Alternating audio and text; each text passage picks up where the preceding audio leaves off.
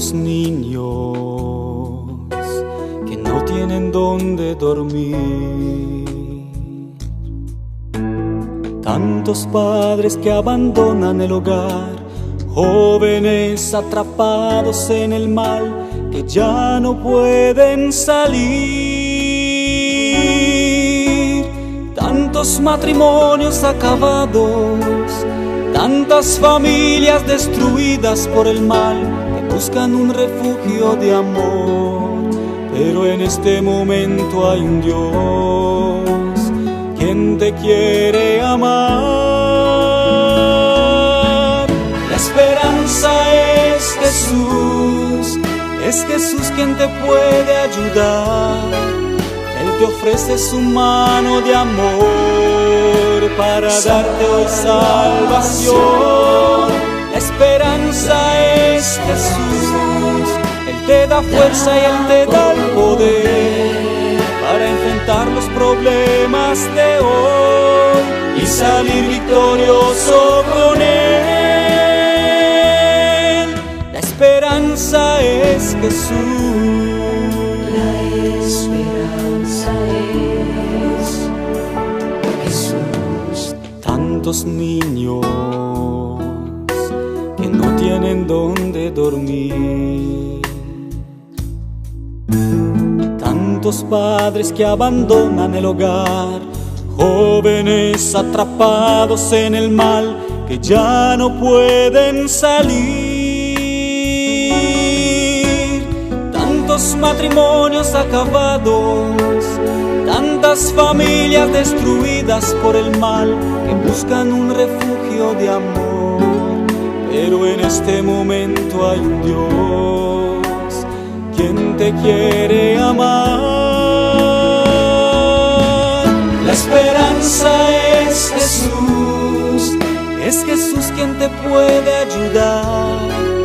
Él te ofrece su mano de amor para darte hoy salvación. La esperanza es Jesús, Él te da fuerza y Él te da el poder para enfrentar los problemas de hoy y salir victorioso con Él. La esperanza es Jesús. La esperanza es Jesús.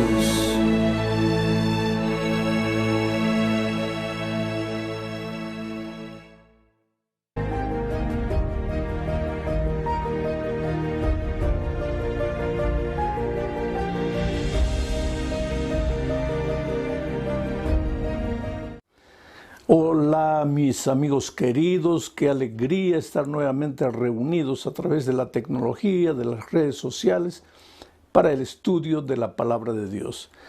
Un abrazo cariñoso a todas las personas, amigos que están oyendo el mensaje a través de las redes sociales en diferentes países, principalmente pues en Estados Unidos, en el estado de Nueva York, pero también en República Dominicana, en Panamá y en muchos países, porque hoy día no hay barreras, no hay límites, no hay fronteras para la predicación del Evangelio. Y Dios está haciendo maravillas, porque Dios es un Dios de maravillas. Cuando desde el punto de vista humano parece todo perdido, no te desesperes. La sierva de Dios dice que la gran desesperación del ser humano, el fracaso, la derrota del ser humano es la oportunidad de Dios. Y a veces Dios permite que lleguemos a un punto en la vida en que literalmente no sabemos qué hacer, porque solo así, en la desgracia, en la incapacidad, en la inoperancia, nos atrevemos a levantar los ojos al cielo para pedir la ayuda de Dios. Vamos a orar. Padre querido, vamos a abrir tu palabra en este momento y suplicamos tu gracia maravillosa, la iluminación de tu Espíritu Santo, el trabajo persistente del Espíritu llamando para que las personas se entreguen a ti. Muéstrate en la plenitud de tu poder esta noche. Extiende tu mano, haz maravillas en la vida de mucha gente sincera que está clamando a ti. Cada uno tiene un clamor especial, algunos por la familia, otros por la salud, otros por la vida financiera, otros porque ellos mismos tienen dificultades interiores, existenciales, no tienen paz en el corazón, no tienen la capacidad de perdonar, no tienen la capacidad de ser felices. Esta noche, en este momento, muéstrate, Señor, en la grandeza de tu amor, de tu misericordia, salvando, haciendo maravillas, en el nombre de Jesucristo. Amén. Muy bien, mis queridos amigos, vamos a abrir el texto bíblico. Primera a los Corintios, capítulo 15. En realidad, todo el texto debería ser el capítulo 15 entero, pero pues no hay tiempo para todo eso. Voy a leer a partir del versículo 9 y voy a ir comentando algunos textos. Voy a leer todo el texto primero. Dice así: porque yo soy el más pequeño de los apóstoles, que no soy digno de ser llamado apóstol, porque perseguí a la iglesia de Dios. Pero por la gracia de Dios soy lo que soy, y su gracia no ha sido en vano para conmigo. Antes he trabajado más que todos ellos, se está refiriendo a los otros apóstoles, pero no yo, sino la gracia de Dios conmigo. Porque o sea yo, o sean ellos, así predicamos y así hemos creído. Pero si se predica de Cristo que resucitó de los muertos, ¿cómo dicen algunos entre vosotros que no hay resurrección de muertos? Porque si no hay resurrección de muertos, tampoco Cristo resucitó. Y si Cristo no resucitó, vana es entonces nuestra predicación y vana es también vuestra fe. Oh, queridos, esto es interesantísimo. Aquí el apóstol Pablo está hablando de la resurrección de Cristo, pero es interesante la manera como él empieza su mensaje. Dice, porque yo soy el más pequeño de los apóstoles, que no soy digno ni siquiera de ser llamado apóstol, porque perseguí a la iglesia de Dios. Tú conoces la historia de Pablo. Era un hombre sincero. Perdón. Pero sinceridad nunca fue sinónimo de estar en lo correcto, en lo cierto. Hay mucha gente sinceramente equivocada. Por eso ese argumento que, bueno, pero yo soy sincero. No, ese argumento no vale en la vida, no vale para el propio ser humano y no vale para Dios. ¿Cómo es que yo soy sincero? Entonces, vamos a decir que yo estoy con la corbata toda desajustada, con el rostro todo manchado y vengo aquí y alguien me dice, no, pero usted tiene que arreglarse y me muestra el espejo. Yo digo, no, pero yo soy sincero. No, pues la sinceridad no sirve en ese sentido. La sinceridad, yo puedo estar todo con el rostro manchado, con la corbata desajustada, sinceramente hasta que me muestran el espejo. Pero una vez que me muestran el espejo, ya mi sinceridad acabó ahí. La palabra de Dios es como un espejo. Entonces nosotros podemos haber vivido toda la vida con sinceridad, haciendo cosas que no estaban escritas en la palabra de Dios, sirviendo a dioses falsos, con toda sinceridad, pensando que estaba haciendo lo mejor. Pero un día me confronto con la palabra de Dios y ahí tengo que ajustar mi vida. Eso le pasó a Pablo. Pablo con toda sinceridad perseguía a los cristianos y pensaba que estaba haciendo lo mejor y pensaba que estaba sirviendo a Dios, hasta que un día se encontró con Jesucristo camino de Damasco. Y ahí, cuando Jesús le dijo, Saulo, Saulo, ¿por qué me persigues? Saulo preguntó, Señor, ¿quién eres tú? Porque él se llamaba Saulo antes de llamarse Pablo. Entonces, ¿por qué me persigues? Le dijo Jesús. Y él dijo, Señor, ¿quién eres tú? Y la voz le dijo, yo soy Jesús, a quien tú persigues. Pobre Pablo. Él pensaba que toda su vida había perseguido a un bando de herejes llamados cristianos. Y ahora descubre que estaba persiguiendo al propio Señor Jesucristo. Pero como era un hombre sincero de verdad, ahí cayó a los pies de Jesucristo y dijo, Señor, ¿qué quieres que haga? Yo no sabía que te perseguía a ti. Yo pensaba que perseguía a un bando de herejes, pero ahora, Señor, que me mostraste la verdad, que oí tu voz en mi corazón, ¿qué quieres que haga? Y entonces, pues él se entregó a Jesús, Jesús le dio las instrucciones necesarias, Pablo se bautizó y se volvió un tremendo predicador de iglesia, del evangelio, fundador de iglesias en diferentes lugares. Y ahora, años después, escribe diciendo, porque yo soy el más pequeño de todos los apóstoles. Porque ni siquiera apóstol debería llamarme, porque perseguía la iglesia de Dios. Oh querido, yo conozco gente que ha perseguido, así como Pablo, ha perseguido, no al Señor Jesucristo personalmente, pero ha perseguido a la esposa que se había entregado a Cristo, a los hijos que se habían entregado a Cristo, a los padres que se habían entregado a Cristo, al hermano, al familiar, al amigo. Porque te digo una cosa, cuando tú te entregas a Jesús, inmediatamente van a venir las personas, pero eres un tonto, pero cómo te dejas engañar, pero te están lavando la cabeza, pero eso, pero aquello, te hacen sentir a veces hasta ridículo, como si estuvieras cometiendo un terrible delito. Antes, cuando te emborrachabas en la calle, usabas drogas, hacías tonterías, ahí no, ahí estabas bien. Ahora que te entregaste a Jesús, ahora no, eres un tonto, no vales para nada, te dejas engañar. La vida es así.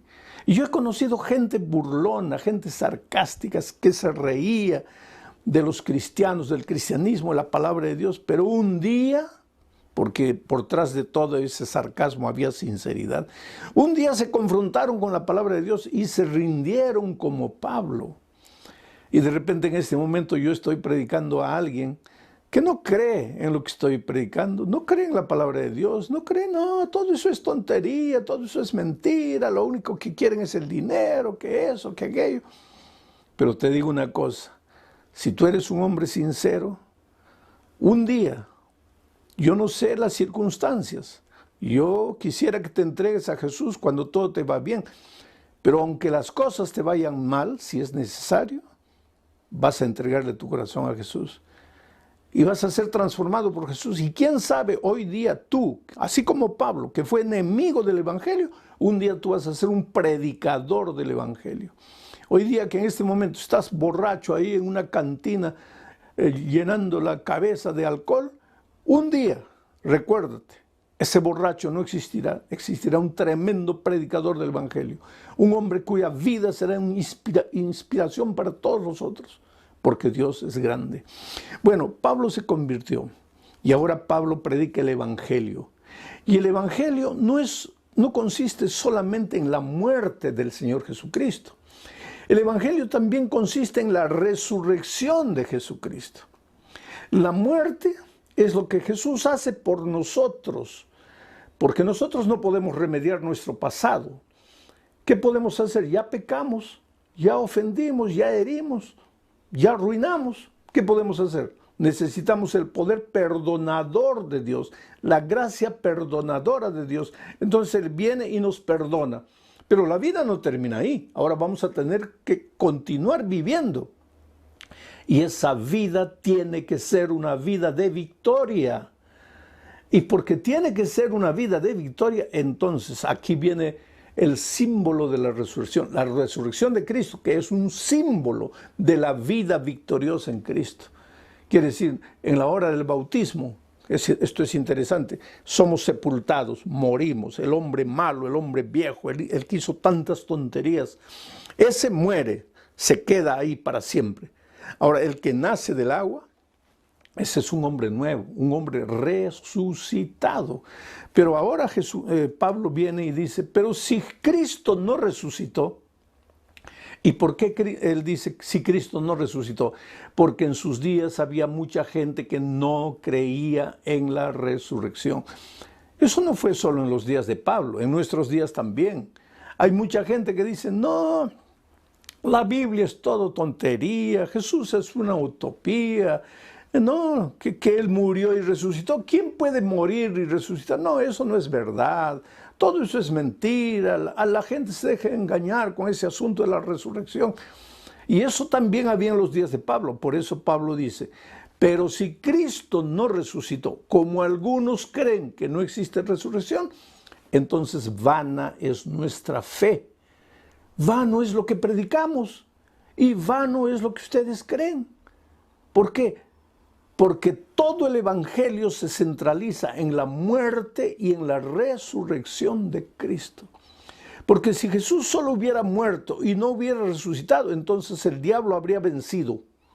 Pero Jesús al tercer día resucitó. Esto es interesante, ¿sabes? El diablo, cuando Jesús murió, dio la carcajada y dijo, ahora sí, lo maté, lo acabé, lo derroté, yo vencí. Y seguramente el segundo día siguió dando la carcajada, porque Jesús estaba muerto el sábado, muerto, reposando, conforme al mandamiento. Y el domingo, el diablo continuó dando la carcajada, ya, ahora sí, definitivamente. Pero de repente la tierra se abrió. Y Cristo resucitó. Y el diablo entonces entendió que estaba derrotado para siempre.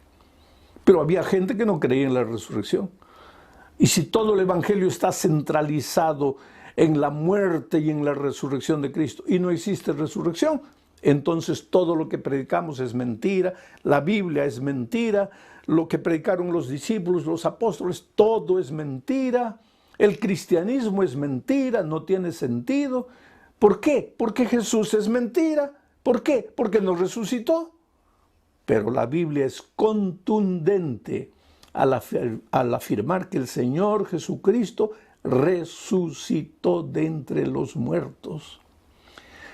Ahora, querido, ¿qué significa la resurrección de Cristo para nosotros?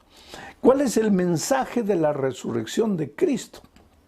En primer lugar, significa que si Cristo pudo resucitar, nosotros también un día resucitaremos. Por eso es que no tenemos que tener miedo de la muerte, ni por cáncer, ni por accidente, ni por COVID, ni por nada. No tenemos que tener miedo a la muerte. Ahora, cuidado.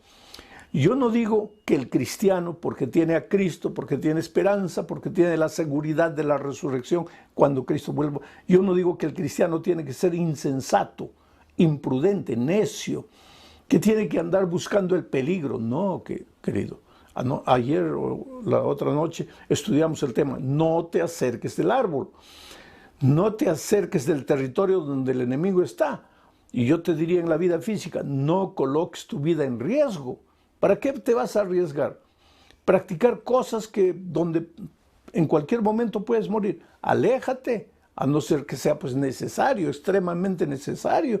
De eso depende tu vida, tu muerte en esta tierra. Bueno, pero sé prudente, no busques la muerte. Ahora, de no buscar la muerte a tener miedo y pavor de la muerte hay mucha distancia, querido. El cristiano no puede tener miedo de la muerte. ¿Por qué? Mi tema no es la muerte, mi tema es la resurrección. Pero ¿por qué no tenemos que tener miedo de la muerte? Porque la Biblia dice que los que duermen en Cristo están durmiendo. La muerte es como un sueño. Me estoy refiriendo a esta muerte pasajera, transitoria, a esta muerte de la tierra, a esa muerte que tú y yo vamos a morir un día.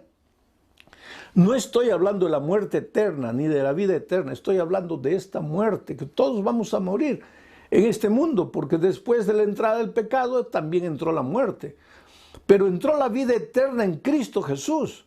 Pero yo no estoy hablando de la muerte eterna ni de la vida eterna, estoy hablando de esta muerte circunstancial. Tú no tienes que tener miedo de esa muerte. Ahora, de la muerte eterna, ahí sí tienes que tener pavor, porque ese es el fin de todo. Pero en esta tierra no te desesperes por causa de la muerte. No busques la muerte, pero no te desesperes, porque si la muerte es como un sueño, mira, esta noche yo me voy a ir a dormir. ¿Y qué voy a hacer? Me voy a abrazar a mis hijos, a mis nietos. Les voy a decir, ay, por favor, voy a dormir, no me dejen dormir, no quiero morir. No, me voy a dormir tranquilo. ¿Por qué? Porque yo sé que cuando salga el sol me voy a despertar. Y cuando me despierte voy a mirar el reloj. Oh, ya son las 6 de la mañana. ¿Y a qué hora me acosté? A las 11. Y ya pasaron tantas horas. Sí, ya pasaron tantas. Pero parece que hubiera dormido solo 5 minutos. Sí, claro, pues, porque así es el sueño. Parece que dormiste 5 minutos y ya pasaron 7, 8 horas. Bueno, Jesús dice que en la Biblia que la muerte para los que creen en Cristo es como un sueño. Entonces, ¿qué pasa? Cuando tú mueres, duermes. ¿Por qué tienes que desesperarte? ¿Por qué? Porque tienes mañana, tienes que estar tranquilo, feliz, porque mañana, cuando Cristo vuelva, y no sé si mañana, pasado mañana, el próximo año, pero cuando Cristo vuelva, cuando suene la trompeta, dice Pablo escribiendo a los tesalonicenses, los muertos en Cristo resucitarán. Y cuando tú veas a Cristo, vas a preguntarte, pero ¿cuánto pasó desde que dormí? No pasaron 5 minutos, tal vez pasaron 10 años, 20, 50 años, yo no sé. Pero no sentí, claro, no sentiste porque estabas durmiendo. O sea, cuando tú no tienes a Cristo y te llevan al cementerio, pues te llevan al cementerio ¿para qué? Vas a resucitar en la segunda resurrección después del milenio para morir eternamente. Pero cuando mueres en Cristo, tú duermes con esperanza, la esperanza de la resurrección. Porque, querido, la palabra de Dios es eterna. La hierba se seca, la flor se marchita, pero la palabra de Dios dura para siempre. Entonces, si estás triste porque tu hijito con 3 años murió, no te desesperes. Cuando Cristo venga, Él lo va a resucitar y te va a entregar a tu hijito de 3 años y tú vas a tener la alegría de criar a tu hijo hasta la edad adulta. Si tu padre murió, si tu mejor amigo murió, si tu esposa murió, no te desesperes. Llora, porque tienes sentimientos. Por eso Pablo dice, hermanos, no queremos que os entristezcáis como los que no tienen esperanza. El que no tiene esperanza, pues se desespera, la vida acabó ya. No. Pero el que tiene esperanza, ese se entristece también, llora, derrama una lágrima, porque tiene sentimientos, porque tiene nostalgia. Pero él tiene la esperanza de la resurrección. Y yo sé que cuando Cristo venga, yo voy a poder abrazar a mi padre, a mi madre. Mis hermanos, por la gracia de Dios, todavía permanecen vivos. Y yo voy a abrazar a mis grandes amigos que murieron en Cristo. Compañeros pastores que lucharon conmigo por la predicación del Evangelio, pero que ya descansan. Y de repente mañana también me toca a mí. Dios dice, bueno, hijo, ya cumpliste tu ministerio, descansa. Voy a descansar con alegría, con júbilo, sabiendo que Cristo va a volver y yo voy a resucitar. Entonces, esa es una de las ventajas, diría así, que el tema de la resurrección me trae. La seguridad de que la muerte no es el fin de todo, de que la muerte es apenas un sueño y que cuando Cristo venga voy a resucitar. Pero hay otro mensaje espiritual poderoso en el tema de la resurrección. ¿Te acuerdas de Jesucristo cuando resucitó a Lázaro? Fue en esa ocasión que Jesús dijo, no se desesperen porque Lázaro está durmiendo. Y una hermana de Lázaro le preguntó a Jesús, pero Señor, si duerme despertará.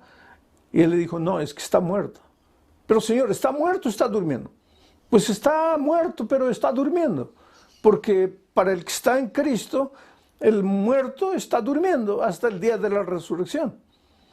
Y entonces Jesús llegó delante de la tumba y dijo, retiren la piedra. ¿Por qué Jesús dijo, retiren la piedra? Porque en la vida cristiana, queridos, hay cosas que Dios puede hacer. Tú como ser humano no las puedes hacer. Pero hay cosas que tú las tienes que hacer. Y Dios podría hacerlas, pero no las va a hacer. Porque eso es tarea tuya. Tú tienes que hacerlo. Es responsabilidad humana. Por ejemplo, el Señor Jesucristo, que iba a resucitar a un muerto que ya estaba en ese estado cadavérico 4 días, que ya olía mal.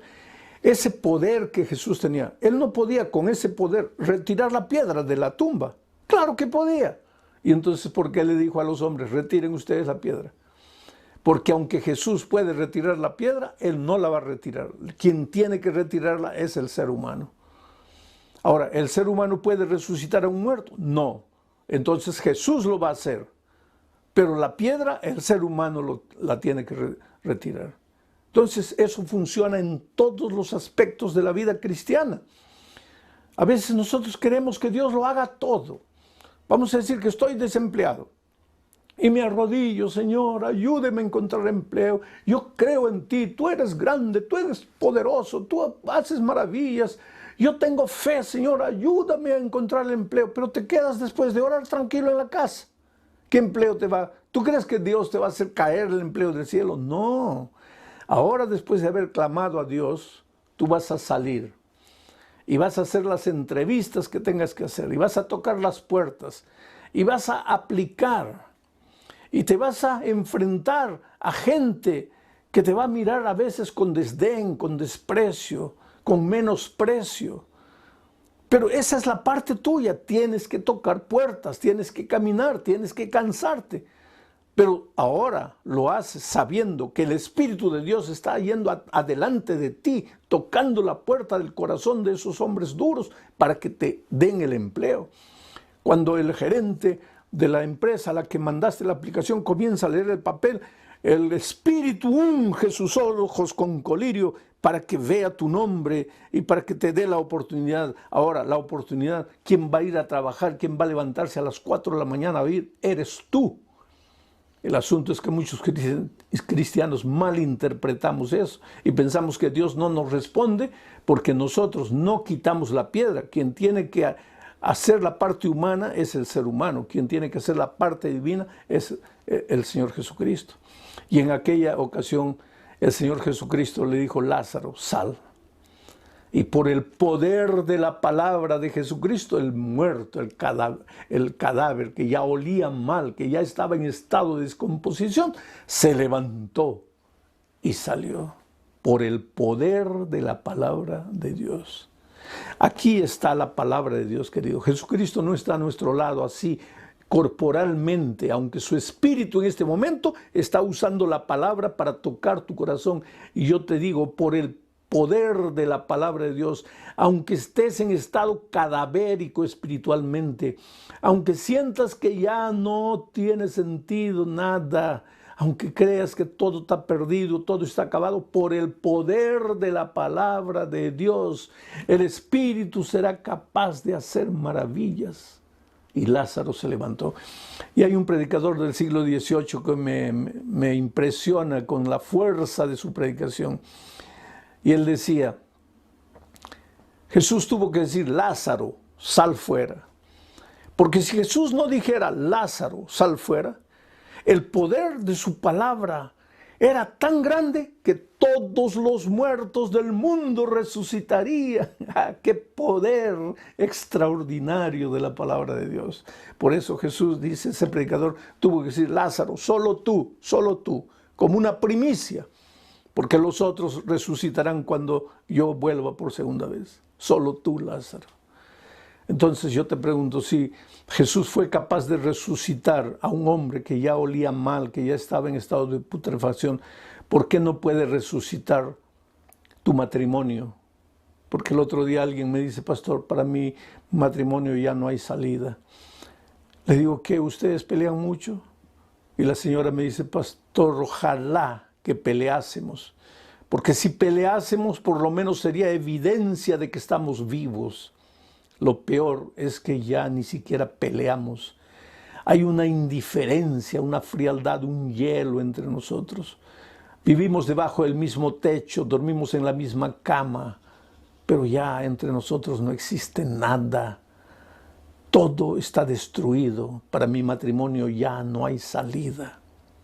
Pues querido, tal vez tu matrimonio ya está en estado de descomposición. Desde el punto de vista humano ya no hay salida. Pero la palabra de Jesucristo, por eso es que tienes que apoderarte de la palabra de Jesús. Tu hijo está en las drogas, desde el punto de vista humano ya no hay salida, está perdido, está acabado. Pues ahora viene la palabra de Dios y por la palabra de Dios tu hijo puede largar las drogas. Yo tengo, por ejemplo, aquí el ejemplo de Carlos Francisco. Carlos Francisco, para la sociedad, era un ser humano acabado, destruido, perdido. Para la familia, también. Un pobre hombre que bebía todos los días, literalmente todos los días. Él solo despertaba para beber. Acabado, destruido. Por eso digo, la sociedad ya no tenía esperanza en él. La propia familia ya no tenía esperanza en él. Andaba de bar en bar, a veces pidiendo un poco de bebida, como si fuera limosna. Comer no le interesaba. Él vivía para beber. Ese hombre simbólicamente estaba en estado de descomposición. Para los seres humanos ya no había esperanza de recuperación para Carlos Francisco. Pero él escuchaba el mensaje a través de la tecnología, la radio, el internet. Y así me conoció. No me conoció personalmente, conoció mi voz. Y mi voz llegaba a su corazón. Y entonces la esposa de él decía, bueno, es que le gusta escuchar al pastor Bouillon, porque el pastor Bouillon dice que Dios te perdona, que Dios te ama, que aunque hagas lo que hagas, Dios te sigue amando. Así pues a cualquiera le gusta escuchar, estoy un pecador, soy un borracho, un drogadicto, Dios me ama. Y esa es la verdad, querido, Dios te ama, pues. ¿Cómo te puedo decir que Dios no te ama porque te portas mal? Si yo estaría yendo contra la verdad bíblica. Dios te ama, ya te dije que Dios es eterno. Y Dios es amor. Y si Dios es eterno y Dios es amor, pues su amor es eterno. Nunca te va a dejar de amar. ¿Cómo yo te puedo decir que si te sigues portando mal, Dios te va a dejar de amar? No te va a dejar de amar. Pero si tú no te arrepientes de tus caminos, si tú no caes un día, si tú no le dices, Señor, ayúdame, el amor de Dios no te sirve para nada. Y tú te vas a morir rodeado del amor de Dios. Porque el amor de Dios es como el agua. Yo puedo estar muriéndome de sed aquí. Hay un vaso de agua. Y yo muriendo de sed. Pero toma, pues. No quiero tomar. Entonces te vas a morir, pues, de sed. Pero es que dame agua. Pues ahí está el agua, tómala. Pero no puedo. Entonces, si no puedes tomar agua, ¿qué? Por lo menos pide a alguien que te coloque en el agua en la boca, pero no cierres la boca. Quiere decir, acepta el amor de Cristo, querido. Dios te ama, Dios nunca te va a dejar de amar, pero ¿de qué te sirve el amor de Dios si tú no aceptas? Por eso la Biblia dice, hoy es el día de buena nueva, hoy es el día de salvación. Y el pobre Carlos Francisco, pues así borracho y todo, escuchaba, Dios te ama, y lloraba cuando escuchaba que Dios lo amaba. Y a veces se preguntaba, pero ¿cómo? Si yo soy un pobre borracho, que si no sirvo para nada, ¿cómo Dios puede amarme? Y yo en el mensaje le decía, pero Dios te ama, Dios te ama. Hay un versículo en la Biblia que me gusta, dice, el amor de Cristo nos constriñe. ¿Sabes lo que quiere decir? Nos constriñe, nos toca, nos conmueve, nos impulsa, nos renueva, nos da nuevas fuerzas. El amor de Cristo nos sacude. El amor de Cristo nos destruye, nos hace pedazos, rompe el corazón de piedra, nos da esperanza, nos da alegría de vivir el amor de Cristo. Y por eso el propio Pablo en Romanos dice, y si el amor de Cristo, y si la misericordia de Cristo no es capaz de transformar tu vida, ¿qué más lo va a hacer? Y sabes que un día el amor de Cristo lo sacudió al pobre Carlos Francisco. Y cayó a la tierra y lloró y dijo, Señor, yo no puedo, por favor, escucha, yo no puedo. Yo quiero, pero no puedo. Soy tan débil, soy tan humano, estoy destruido, estoy acabado, soy la vergüenza de mi familia. Nadie me quiere, nadie me acepta, nadie me ama, yo no valgo nada. Así como el apóstol Pablo decía, en el pasado yo perseguía a la iglesia. Pobre Carlos Francisco clamó a Dios y dijo, ya Señor, que yo no puedo, pues hazlo tú por mí. Y la palabra no salió de su boca y la respuesta de Dios ya llegó y lo tomó y lo sacudió y lo limpió y lo transformó. Y milagrosamente Carlos Francisco dejó de beber, milagrosamente, no por sus fuerzas. Porque, querido, tú puedes ser el peor de los pecadores, pero si clamas a Dios, cuando tu clamor sale de la boca, miles de ángeles vienen en tu auxilio. El cielo todo queda en expectativa, pero tú tienes que hacerlo, tú tienes que decidir. Y en este momento ustedes están viendo en la pantalla la fotografía de Carlos Francisco, ahora transformado, purificado, limpiado por el poder de Dios. ¿Quién diría al verlo ahí que aquel hombre no pasaba un día sin beber? ¿Quién diría? Pero así es el poder del Dios. Cuando Dios entra a un corazón y solo puede entrar cuando tú le abres la puerta, oh querido, No hay nada que Jesucristo no pueda hacer en tu vida. A lo largo de mi vida he encontrado tantos milagros. Yo estaba predicando hace muchos años en los Estados Unidos vía satélite, justamente desde Nueva York para todos los Estados Unidos. Y en Los Ángeles me estaban escuchando el mensaje.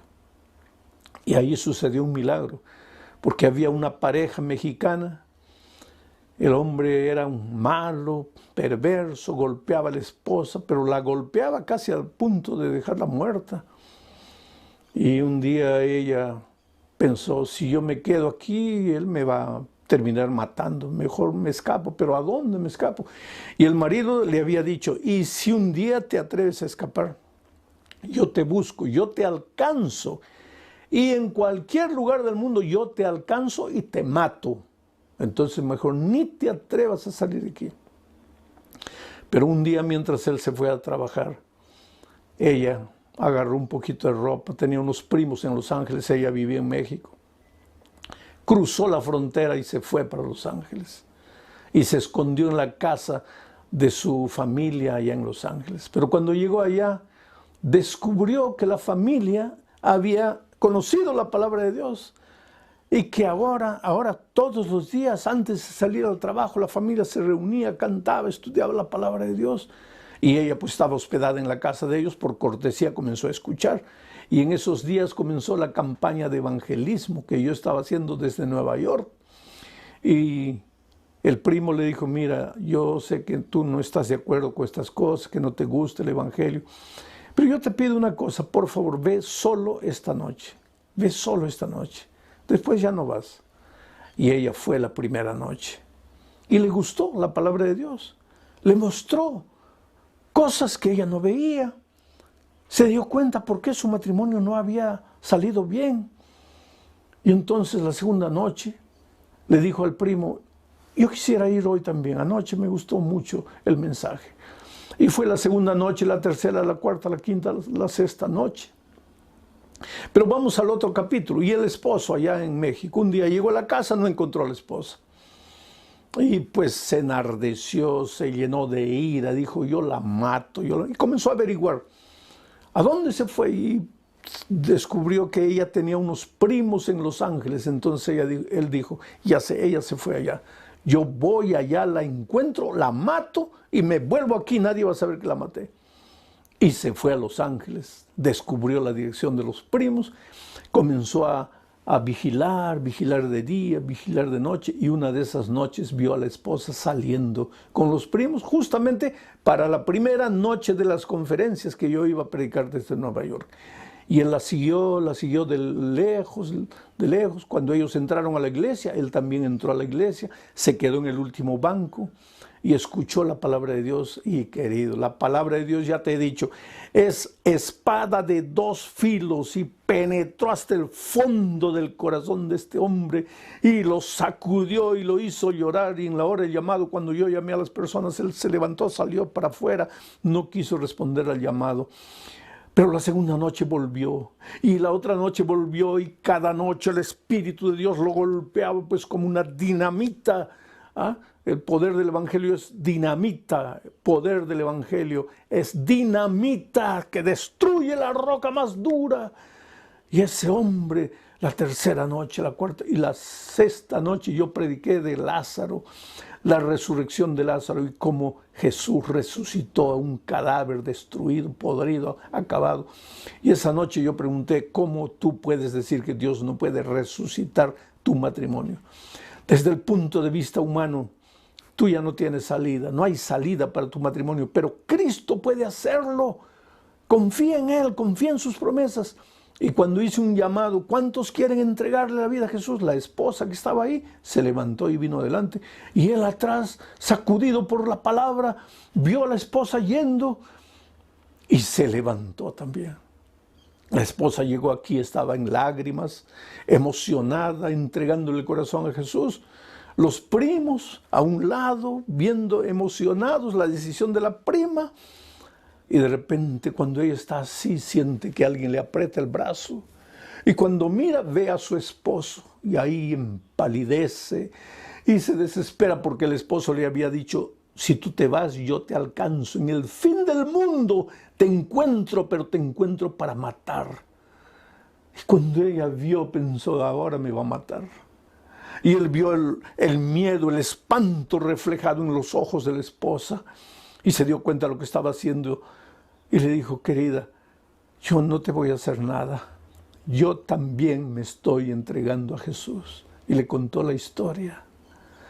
Y hoy día son una pareja feliz, se quedaron a vivir en Los Ángeles, están ahí contentos, felices, transformados por el Señor Jesús. Ese es el Cristo del Evangelio. Ese es el Jesús al cual te invito que lo aceptes.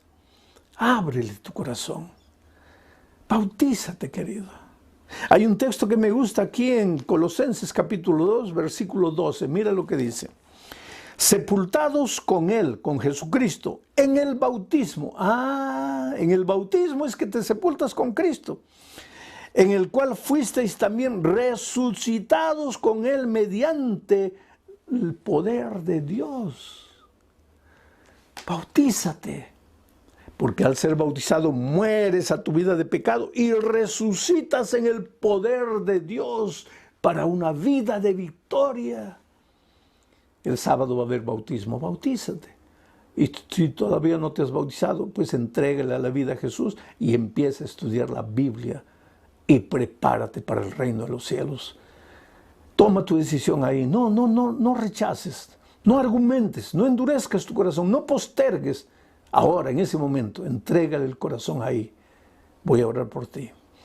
Padre querido que estás en los cielos, gracias Señor por tu amor, gracias por el mensaje de resurrección, porque Jesús no solo murió, resucitó también, y Él nos mostró que podemos morir al pecado y resucitar para vida eterna.